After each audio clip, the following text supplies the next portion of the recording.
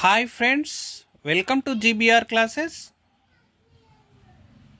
ఈరోజు క్లాస్లో భాగంగా బూర్గుల రామకృష్ణారావు నేతృత్వంలో హైదరాబాద్ రాష్ట్రంలో జరిగిన సంస్కరణలను పరిశీలిద్దాం.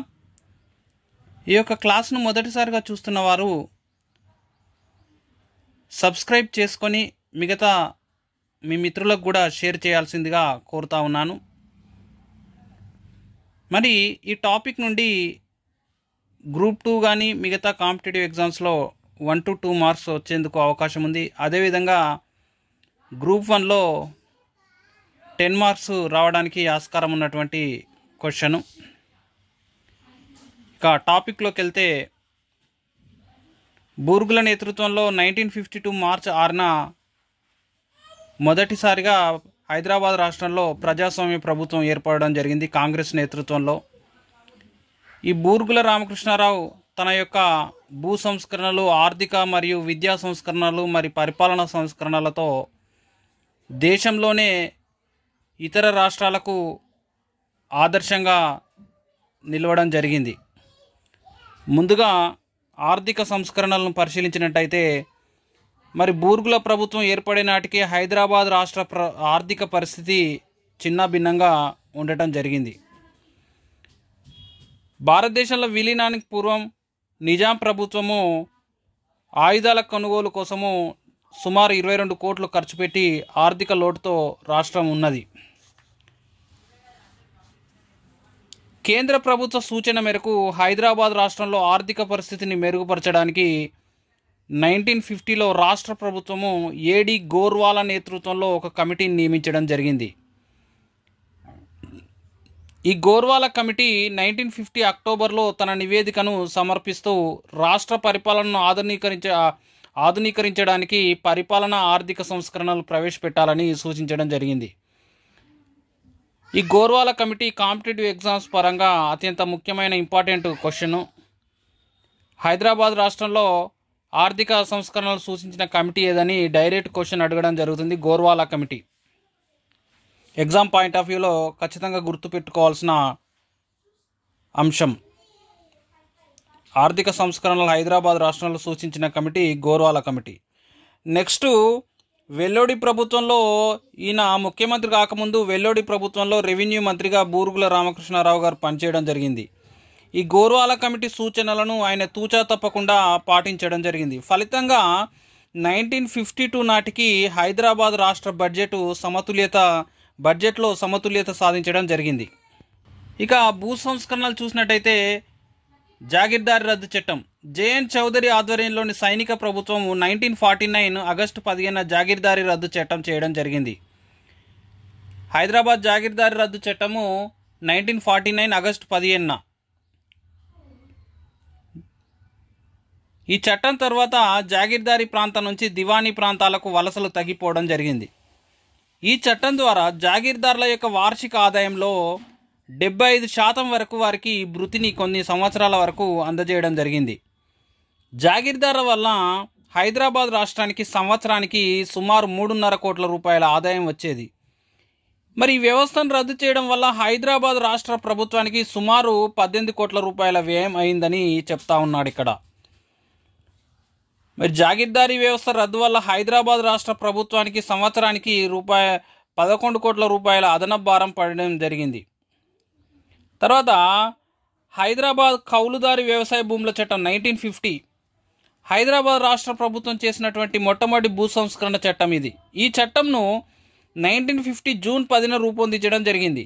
ఈ చట్టం ప్రకారం కౌలుదారులు వరుసగా 6 సంవత్సరాల పాటు కౌలు చేస్తూ క్రమం తప్పకుండా కౌలు చెల్లిస్తూ ఉంటే వారిని రక్షిత కౌలుదారులు అని అనడం జరుగుతుంది. ఈ మధ్య ఎగ్జామ్లో రావడం జరిగింది. షిక్మీదారులు ఎవరు? ఆసామీ షిక్మీదారులు అని అంటే షిక్మీదారులు అంటే ఏమో రక్షిత కౌలుదారులు. ఆసామీ షిక్మీదారులు అంటే ఎలాంటి రక్షణ లేనటువంటి కౌలుదారులు. ఈరోజు ఈ మధ్య గ్రూప్ 2లో అడగడం జరిగింది, షిక్మీదారులు ఎవరు, ఆసామీ షిక్మీదారులు ఎవరని. షిక్మీదారులు అంటేనేమో రక్షణ ఉన్నటువంటి రక్షిత కౌలుదారులు. ఆసామీ షిక్మీదారులు అంటే ఎలాంటి రక్షణ లేనటువంటి కౌలుదారులు. మరి ఈ హైదరాబాద్ కౌలుదారు వ్యవసాయ భూముల చట్టం ప్రకారము కౌలుదారులు భూస్వాముల నుండి భూములను మార్కెట్ ధర కంటే తక్కువ ధరకు కొనుగోలు చేయడానికి అవకాశం కలిగిందని చెప్తా ఉన్నాడు. ఈ చట్టము ఆర్థిక కమతము లేదా గిట్టుబాటు కమతం అనే పదాన్ని నిర్వచించడం జరిగింది. అంటే మరి ఆర్థిక కమతము లేదా ఈ గిట్టుబాటు కమతం అంటే ఏమిటంటే, ఒక వ్యవసాయదారుడు తన 5 కుటుంబ సభ్యుల వరకు గల ఉన్నటువంటి కుటుంబాన్ని పోషించడానికి అవసరమయ్యేటువంటి ఎంత వ్యయం అవుతుందో ఆ వ్యయానికి అవసరమయ్యేటువంటి కమతాన్నే ఆర్థిక కమతము లేదా గిట్టుబాటు కమతం అని పిలవడం జరుగుతూ ఉంది. మరి హైదరాబాద్ కౌలుదారి వ్యవసాయ భూముల చట్టాన్ని 1954లో సవరించడం జరిగింది. ఈ సవరణ చట్టం ప్రకారము భూ సంస్కరణలను అమలు చేయడానికి కుటుంబ కమతాన్ని ప్రాతిపదికగా తీసుకోవడం జరిగింది. భూమి శిస్తు ప్రాతిపదికగా కౌలు నిర్ణయించడం జరుగుతుంది. ఈ చట్టం ప్రకారము ఆర్థిక కమతం స్థానంలో కుటుంబ కమతం అనే పదాన్ని చేర్చడం జరిగింది.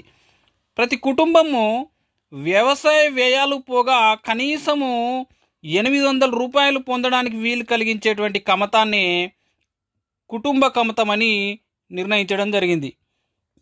ఇక్కడ ప్రతి కుటుంబము తన కుటుంబ కమత పరిమితికి 4.5 రెట్ల మించి భూమిని కలిగి ఉండరాదు. ఇక్కడ అంటే కుటుంబ కమతానికి ప్రతి కుటుంబం కూడా తమ కుటుంబ కమతానికి 4.5 రెట్ల కంటే ఎక్కువ భూమిని కలిగి ఉండరాదు. ప్రతి కుటుంబ కమతంలో 1/3 వంతు భాగాన్ని మౌలిక కమతంగా గుర్తించడం జరిగింది. కొద్దిగా అడిషనల్ పాయింట్స్ చూసినట్టయితే హైదరాబాద్ రాష్ట్రంలో 1950 నాటికి 17% భూమి కౌలుదారుల చేతిలో ఉండేది. 17% కౌలుదారుల చేతిలో ఉందని చెప్తా ఉన్నాడు. హైదరాబాద్ కౌలుదారు వ్యవసాయ భూముల చట్టం ప్రకారము సుమారు 6 లక్షల మంది కౌలుదారులకు రక్షిత కౌలుదారులుగా గుర్తించి వారికి రక్షిత కౌలుదారు ధృవపత్రాలు అందించడం జరిగింది. హైదరాబాద్ ప్రభుత్వం 1954లో భూ కమతాలపైన సమగ్ర సర్వే నిర్వహించడం జరిగింది. నెక్స్ట్ విద్యా సంస్కరణలు పరిశీలిద్దాం. భారతదేశంలో మాతృభాషలో విద్యా బోధనను ప్రవేశపెట్టిన మొట్టమొదటి రాష్ట్రము హైదరాబాద్. మరి మాతృభాషలో విద్యా బోధనను ప్రవేశపెట్టిన మొదటి సీఎం బూరుగుల రామకృష్ణారావు. ప్రతి 500 మంది జనాభా ఉన్న గ్రామానికి ఒక స్కూల్ను ఏర్పాటు చేయడం జరిగింది. అదేవిధంగా విద్యా వ్యవస్థలో త్రిభాష సూత్రాన్ని ప్రవేశపెట్టి 1st క్లాస్ నుంచి మాతృభాషలో, 3rd క్లాస్ నుంచి హిందీ, 5th క్లాస్ నుంచి ఇంగ్లీష్ భాషలో ఇంట్రడ్యూస్ చేయడం జరిగింది. ప్రతి జిల్లాకు ఒక టీచర్ ట్రైనింగ్ కాలేజీని ఏర్పాటు చేయడం జరిగింది. ఈ సమయంలోనే రాధాకృష్ణన్ కమిటీ హైదరాబాద్ రాష్ట్రంలో 3 సంవత్సరాల డిగ్రీ కోర్సు ప్రవేశపెట్టాలని సూచించగా మొదలియార్ కమిటీ మల్టీపర్పస్ స్కూళ్లను ప్రవేశపెట్టాలని సూచించడం జరిగింది. ఈ విద్యా సంస్కరణలు మరి ఎగ్జామ్ పాయింట్ ఆఫ్ వ్యూలో ఇంపార్టెంట్. తర్వాత పరిపాలన సంస్కరణలు. 1953 అక్టోబర్ 1న వరంగల్, ప్రస్తుత అంతకుముందు ఉన్నటువంటి వరంగల్ జిల్లాను విభజించి ఖమ్మం జిల్లాను ఏర్పాటు చేయడం జరిగింది. అంతవరకు నల్గొండ జిల్లాలో భాగంగా ఉన్నటువంటి జనగామ తాలూకాను ఆ యొక్క సామీప్యత దృష్ట్యా వరంగల్ జిల్లాలో చేర్చడం జరిగింది. జనగామ తాలూకా మొత్తం అనగా ప్రస్తుతం జనగామ జిల్లా మొత్తము ఒకప్పుడు నల్గొండ జిల్లాలో ఉండగా 1953 కంటే ముందు దానిని ఆ జనగామ తాలూకాను మొత్తము వరంగల్ జిల్లాలో చేర్చడం జరిగింది. అదేవిధంగా 1955 జూలై 1న అవినీతి నిరోధక శాఖను ఏర్పాటు చేయడం జరిగింది. ఈయన కాలంలోనే 1955 డిసెంబర్ 10న మరి నాగార్జున సాగర్ ప్రాజెక్టును శంకుస్థాపన జవహర్లాల్ నెహ్రూ స్థాపించడం జరిగింది. మరి ఈ అంశాలు గ్రూప్ 1లో ఏ విధంగా ఇవ్వడం జరుగుతుందంటే, హైదరాబాద్ రాష్ట్రంలో వివిధ రంగాల్లో సాధించిన ప్రగతిని చర్చించండి అని అడగడానికి అవకాశం ఉంది. లేదా ఇంకొక విధంగా ఏంటంటే, బూర్గుల రామకృష్ణారావు నేతృత్వంలో హైదరాబాద్ రాష్ట్రము వివిధ రంగాల్లో ప్రగతిని సాధించి దేశానికే దిక్సూచిగా మారింది. మరి దాన్ని ఏ విధంగా సమర్థిస్తావు అని క్వశ్చన్ అడగడానికి ఆస్కారం ఉంది. మరి ఈ క్లాసెస్ను చూసిన వాళ్ళు సబ్స్క్రైబ్ చేసుకొని లైక్ చేయాల్సిందిగా కోరుతూ, అదేవిధంగా మీ ఫ్రెండ్స్కి కూడా షేర్ చేస్తే వీలైనంత ఎక్కువ మంది స్టూడెంట్స్కి చేరడానికి అవకాశం ఉంది. అదేవిధంగా నన్ను కూడా ప్రోత్సహించిన విధంగా ఉంటుందని మనవి చేస్తూ ఉన్నాను. చాలామంది క్లాస్ చూస్తున్నారు కానీ లైక్ చేయడం లేదు. అంటే మరి ఈ క్లాసెస్ నచ్చలేదా? కనీసం కామెంట్ చేయండి.